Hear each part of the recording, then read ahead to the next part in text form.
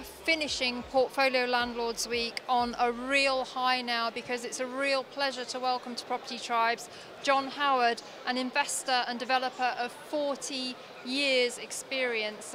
And John, it's so lovely to meet you, because you've got such a fantastic property journey, and you sound as passionate today as you must have been when you started. So tell us a little bit about how you started and how you've grown. Okay, well, I was fortunate because at 11 years old my father decided to buy an estate agency. He was a good greengrocer in Felixstowe, but he decided he wanted to be an estate agent. And I used to hold the tape for him when he went round valuing and measuring properties, and then I used to cycle round, and if I found a for sale board I'd tell him about it, and if he got it for sale he'd give me 50 pence. And that's a great learning curve. And then when I was 17 I joined the business. It was just him and a secretary, and then on my 18th birthday I bought my first property. Fantastic. Now 4 decades on, you've grown and grown and grown, and you've done some really big scale projects. Yes, I have, and I can't believe it's 40 years. Hopefully I don't look like it's been 40 years, but it has been 40 years, and my latest project is one in Ipswich, which is local to me, 150 flats, 26 million development, funded by the government. Wow, that's under the Homes England scheme. Homes England scheme, yes, and they've been really positive about it and invested in myself and believed in me. Well, that's fantastic, and congratulations for that.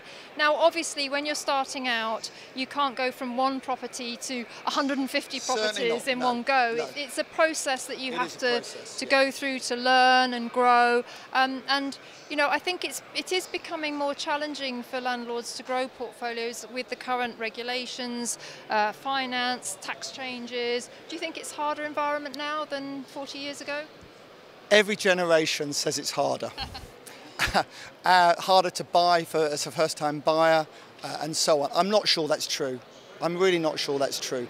I think that if you're determined and you want to do it, there's a lot of advice out there. Not all of it is good, but the reason I wrote my book was because some of the advice I thought people were getting wasn't good. But I believe you can still do it. Fantastic. Now, part of our week here on kind of Portfolio Landlords Week is really to look how the landscape is changing for portfolio landlords, because I think, you know, we've had the PRA come in the finance side, we've got tax changes, and I think the whole kind of portfolio landlord sector, it's having to professionalise. Do you know what? You've said just the right thing there. It's becoming professional. The government want people to pay taxes that are due. And a lot of people had properties privately owned and weren't declaring the profits and the rents. So you can understand why the government done so. I'm pleased they've done so, because I pay my tax. I have done for 40 years. You do, Vanessa, and people like us do. Some haven't been. So if they've got to become a limited company and they have to do a tax return every year, good. What would you say would be your number one tip for somebody looking to grow a portfolio? Maybe they've got 2 or 3 properties, they're looking to move to the next level. What would be your advice? My advice is to be professional. Think about it as a business, not as a hobby. It's not a hobby. You know, you're investing hundreds of thousands of pounds or borrowing hundreds of thousands of pounds. You need to be taken seriously. It's not a whim. You don't go to an auction and shove your hand up having not seen the property. You know, do your research. There's all these really good brokers about these days, which they weren't about in my day. Originally you had the bank manager. If he didn't like it, you're stuck. There's all sorts of options. It's not, you know, you need to get out there, work out who the good guys are, who aren't, and work with the best people you can find. Absolutely. Now, in terms of the makeup of your personal portfolio, how keen are you on buy and hold compared to buy and sell? My wife says, John, you do not need any more. Please don't keep tying our cash up. But I'm a deal junkie. I make sure they're good deals, but we have a portfolio across the UK. I'm not looking to grow it a great deal because I believe I have enough. But I'm still very happy to trade and do deals and help people on their journeys. What's your view on people? Certainly, one of the trending topics we see on Property Tribes is landlords being encouraged, you know, southern landlords being encouraged up north for these allegedly higher yields and so on. Clearly, investing out of the area, that greatly enhances the risk if you don't know the local area? My advice is always the first 2 or 3 deals do locally, because you want to know what it is, see the people, you get to know who's who and so on locally. It's much easier. After that, if you want to invest up north, and I've invested a lot up north over the years, be careful of the areas. I can go and buy you today a house in Burnley for £25,000, but I don't advise you do it. So it's very easy to get excited about it's so cheap, it's this, it's that. I can buy you a flat in Scotland for £15,000, but I wouldn't advise you do it. What you've got to remember up north is there is no property shortage. No shortage of accommodation whatsoever, not like the south. Yields are better, yes, but are you going to get the growth? Unlikely. Certainly if you go to Birmingham, which is Midlands, or Manchester, Liverpool, probably you will do, more so than you will if you go to some smaller towns. Be very careful.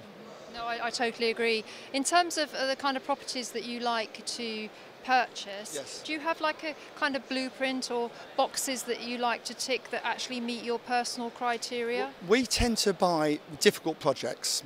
Because by buying difficult projects, we work on larger margins, and our banks will support us. If it hasn't got planning, our banks don't mind, and so on. So we're slightly different to some of the others. If it's a challenge, I like a challenge, and I like the returns that can bring me. And being as experienced as I am, I can take those risks and those challenges on. Not everybody can, I understand that. At the moment we're doing quite a lot of listed buildings, we do a lot of listed conversions and things like that, and properties with problems.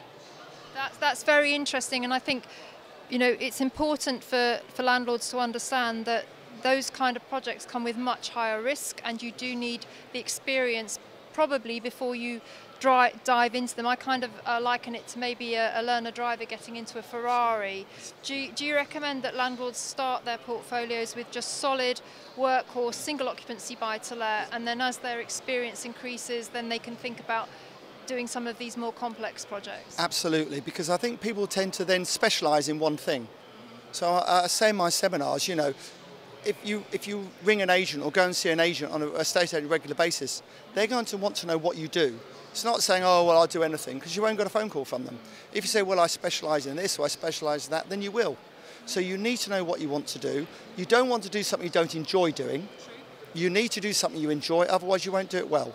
So find something to start with, what you enjoy doing, do that, and then as you progress, you can always change. I think that is important, to constantly fine-tune what you're doing, assess your portfolio, absolutely, review it, audit your portfolio, and I think you've been in the game 40 years. I'm sure that over time your personal goals have changed, and you've had to kind of review your own strategy as they change. You need to keep looking at it. Vanessa, absolutely. Originally, we used to buy sitting tenanted flats with regulated tenants. Now, there's none of those left. We used to buy them at 50% of the open market value. We used to work the tenants, go and see them, pay them to leave and all sorts of things, and we'd not double our money because you had to do them up, but you'd make very good profits. Then we went on to doing buying tower blocks off local authorities at one point, because to blow a tower block up used to be £500,000.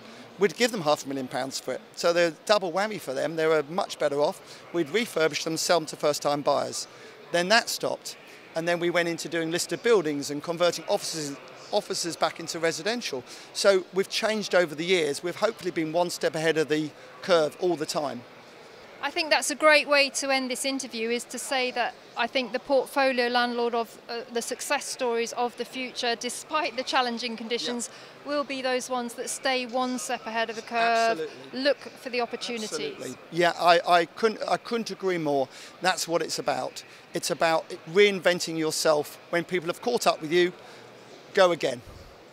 Well, John, thank you so much for joining me. And I have to say, we have closed out our Portfolio Landlords Week on a real high here, speaking to an investor with 4 decades of experience. And John, thank you so much for being part of our week. And it's ended on a real high, so thank you. Thank you.